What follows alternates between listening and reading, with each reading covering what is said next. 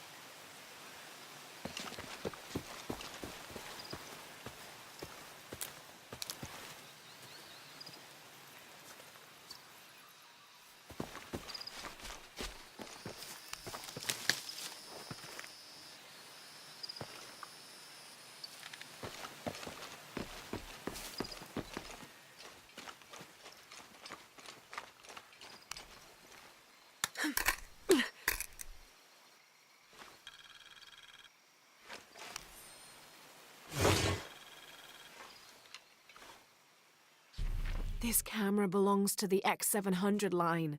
Sam had one of those. I was so jealous. It's just the thing you'd want for an expedition to find a lost monument or civilization. This is proof that there were people coming here as recently as the 1980s. Even when modernity scoffs at them, some legends still manage to inspire people.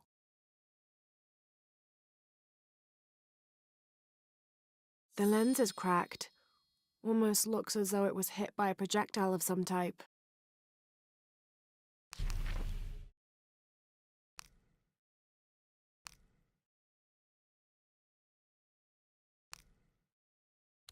May Ergu be the one to chart the path from this life to the next, so that we may all travel safely.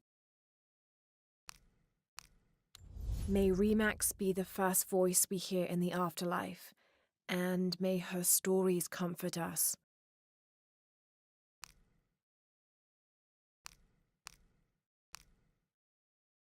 These two gods are the rulers of the Maya underworld, Xibalba, literally the place of fright. Vucub-Caquiche, whose name means seven macaw, was a monstrous bird who is said to carry the false sun in his beak.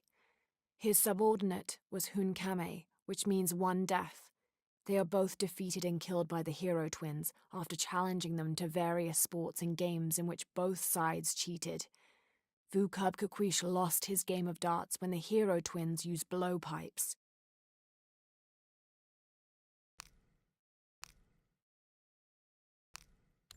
"30th of May. This morning we entered uncharted territory, leaving the sun-bleached bones of dead horse camp behind. It seems the tables have turned on Raleigh, almost quite literally. His bandaged leg has slowed his pace and made him the tail of our party. When Father notices, he slows, turning around to give us both an encouraging smile. His overly eager step betrays his calm demeanor as he rushes past us at the sight of every nearing turn, ridge, or embankment. 6th of June. Father's outward enthusiasm is at an all-time high, though I have doubts. In the middle of the night, I have caught the whites of his eyes reflecting moonlight, his stare vacantly locked to the stars. Were it not for all the stories he has shared of the Amazon in the past, I would mistake his gaze as regretful, even mournful. Perhaps it is simply these insects making their way through our head nets causing him such consternation. 1st of August. Tonight, sleep escapes us. The jungle is angry and the moon is uncooperative. The human imagination wanders endlessly in the dark this deep. I can hear the jungle's breath ruffling behind my ears, its low growl shaking the very ground we lay on, its manic energy rustling through the trees above. Rest has become the lead on our search, finding us at the most inopportune time. I have caught Father dozing off mid-step and his hand barely clutching his walking stick. We have run out of food and are sustained almost entirely by gathered berries and rainwater. The both of us are far too unyielding to give up. I fear the very stubbornness that led us to this point may also be that which leads us to our early graves. This camera belongs to the X700. This is the flight log from our plane. Miguel made notes about the long-term weather forecast. Warm, hot, and dry for the next 3 days. Highs in the low 30s, mostly clear skies with nothing but light rain expected. Based on his other entries, if Miguel had thought the chances of a severe storm were better than half, he wouldn't have flown us at all. But there was no storm predicted, let alone something serious. Every part of the world seems to have its own mythical, forest-dwelling bipedal creature. Around here, it's known as the Sisamite, the guardian of the forest. Described as large and ape-like, it's rumored to kill male humans on sight, but takes the females to its cave for mating purposes. This skull is deformed, flatter and longer than what we consider normal. Some people believe this is evidence the Inca were contacted by extraterrestrials, but it's more likely the result of head binding, a human practice of deformation so ancient it predates written history.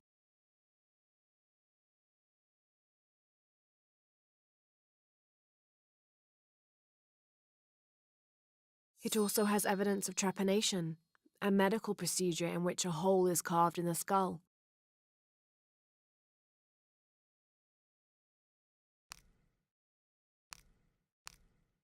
The carving on this bowl depicts a procession of Maya carrying something of great importance to them.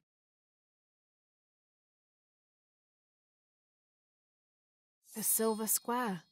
What could that mean? This mural depicts some kind of voyage or pilgrimage undertaken by the Maya. Seems they carried an item of great import and travelled south to the source of the pink fish. The Amazon River, just like Jonah said. The pre-Columbian ceramic jar seems to be depicting two gods in conversation. I can't quite make out the glyphs between them.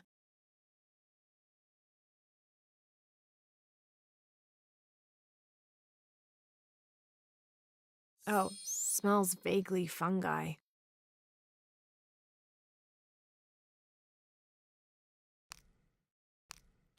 Those worthy shall be sacrificed to the red goddess, she of the waning moon and she of the waxing moon, grandmother to all, life-taker and birth-giver. The heathen emperor begged for his life to be spared. He offered the Spanish crown a room of 3 by 6 varas to be filled once over with gold and twice with silver. The crown, with great and undue benevolence, accepted this offer. Within 2 months, the ransom had been paid. The idolater, however, could not be trusted. When the cursed plans of his general surprise attack were exposed, Atahualpa fell to his knees, begging for mercy. His fate would be decided by fair trial, as the right of any man in the Spanish Empire. He was found guilty and sentenced to die, but before the execution he accepted the Lord and will be welcomed in the heavens above. Excerpt from an objective account of Pizarro in Peru by Ochoa Aceves. Cusco belongs to Hernando Pizarro, rightful representative of the Spanish crown. Diego de Almagro has been captured. Rodrigo Orgones is dead, and the rest of their heretic forces routed. We made a crossing over the mountains and appeared on the coast outside of Cusco. Orgones marched to meet us at Cachupampa, a poor choice for his cavalry. His falconets threw Gonzalo's infantry charge into disorder, but the swampy ground prevented his seasoned cavaliers from true advantage. Our imperial arquebusier breached the river and unleashed hellfire on the opposition.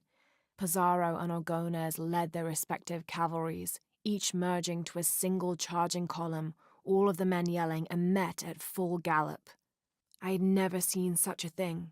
Somewhere in the chaos of battle, Orgones was shot and unhorsed and killed. They say the coward Almagro retreated from the battlefield atop an ass. Fitting. Excerpt from Alonso Luiz's journal.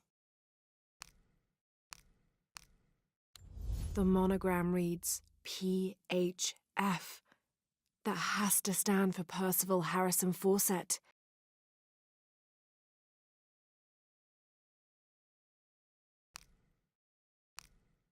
August 9th. I am leaving this page here to assuage any mystery should the rest of this quest prove as fatal for me as it has been for my party. My name is Jack Fawcett. I set out from Cuyaba, Mato Grosso on the 20th of April, 1925 with my father, Percival Harrison Fawcett, and my best and longtime friend, Raleigh Rimmel, in search of Zed. I am the only one left. My father was lost to a pair of fierce jungle cats and Raleigh to blunder. I myself am worse for wear but refuse to give up. My father believed we are close to Zed, and so do I. So leaving 2 graves behind me, I will push west still, with the hope that I am not walking to my own end. Whatever weapon these were attached to has rusted away in the jungle's humidity. There's something etched on them. Can barely make it out. Percy Fawcett. But we must be thousands of kilometers from his last known position.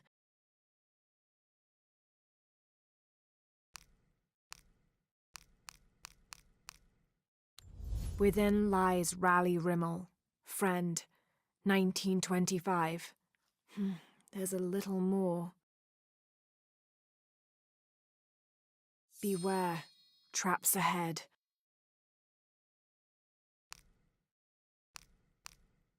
This depicts the Incan god Kon. He was the son of Inti, the sun god, and Pachamama, the moon goddess. Kon was in charge of the wind and the rain, although in some legends he was only in charge of the weather that came from the south, while his brother Pachacamac was in charge of weather that came from the north.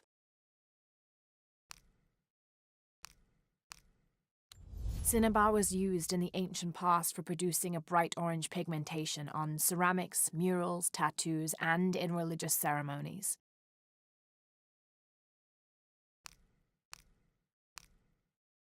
This enigmatic illustration, recovered from a cursed and empty mausoleum, might be what our brave adventurer needs to finally find the lost treasure of the White Queen. She's managed to decipher the ancient text and has found a series of clues. A set of coordinates, a giant bat, and a series of game pieces in a line. The intrepid Lara will have to figure out what they all mean. I just wanted to thank you for your discretion, as well as the work you have done. The vault has been constructed exactly to my specifications. The final payment will be sent at the end of the week. The delay was due to an accounting error, which has now been rectified. Yours, Richard Croft. It has taken our hero years to piece this map together, spending nights in dusty libraries going through ancient tomes, exploring sunken ships, stripped of treasure, and chasing down any lead, no matter how faint it may be.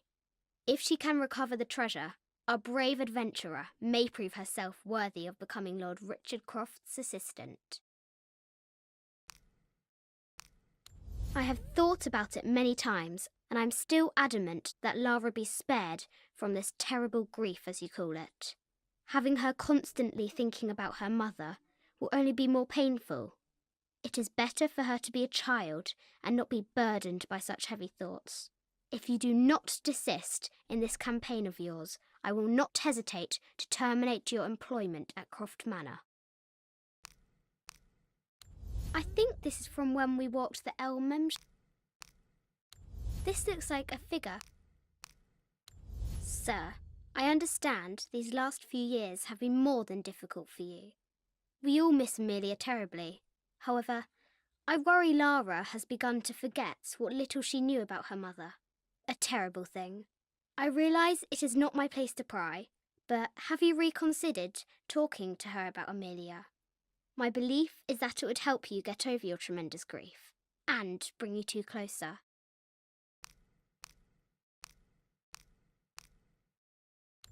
Trinity is an ancient and secretive organization ruled by an Illuminati-like High Council that has existed since the time before Christ. They are determined to find and exploit all of the ancient artifacts of the world. I've been hunting them since I found out they killed my father. Jonah and I have tracked down so many Trinity cells since then, but all of the other ruins and tombs we found were destroyed, except the one in Cozumel. I need to find out what they're after, what their endgame is, and stop them.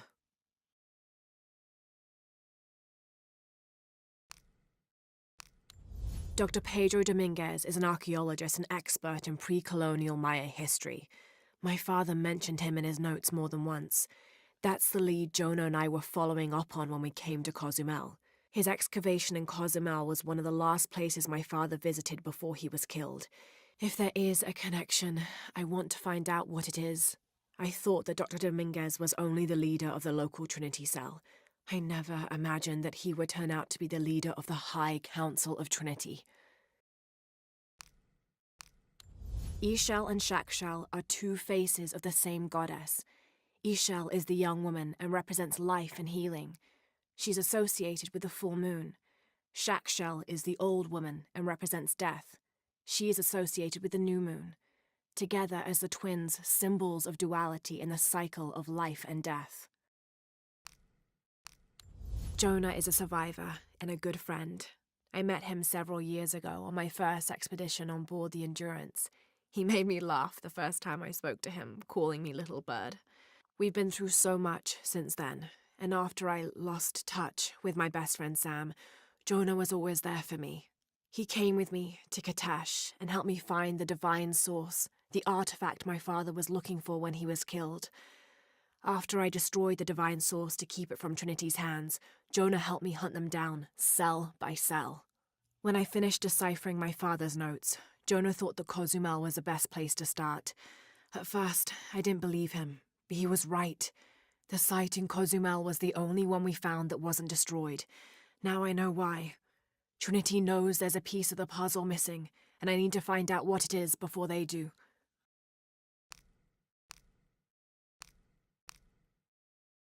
To find the hidden city, go south along the shore until you find the pink fish. Then chase the heart of the serpent to the Silver Crown Mountain where the twins confer. This is the star Alphard, the solitary one, the brightest star in the western sky and the heart of the Hydra constellation. 2,000 years ago, it's set in the west. That's where I hope to find the hidden city. In the Maya long count calendar, all dates have 5 numbers. This numeral was damaged to look like a 13, but what if it's really an 8?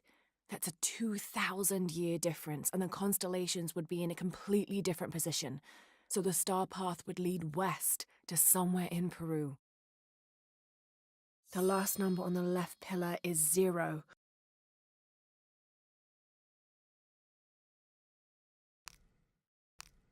This dagger is the key of Shakshel. I found an inscription near it. The key to Ishel's heart unlocks the cleansing.